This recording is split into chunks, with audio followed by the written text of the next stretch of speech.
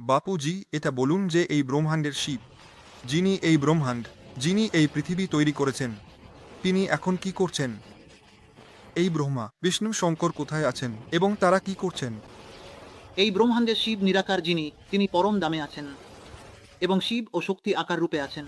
শিবপুরীতে, বিষ্ণুপুরীতে বিষ্ণু আছেন, ব্রহ্মাপুরীতে ব্রহ্মা আছেন এবং সমস্ত দেবদেবতা ছিলেন।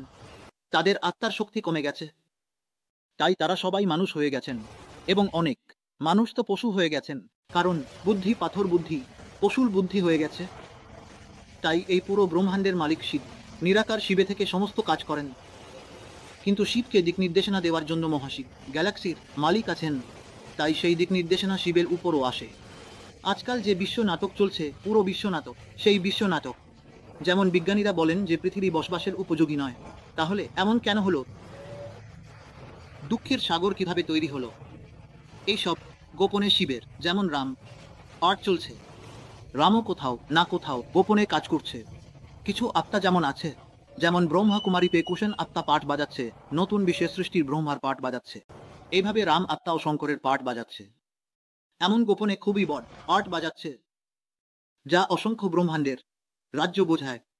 অসংখ্য ব্রহ্মাণ্ড কেন তৈরি হলো, কিভাবে তৈরি হলো, কে তৈরি করেছে এবং অসংখ্য ব্রহ্মাণ্ডের পরিবর্তন কিভাবে হবে, এর পুরো নাটক, এর আদিমধ্যের রাজ্য বোঝাচ্ছেন।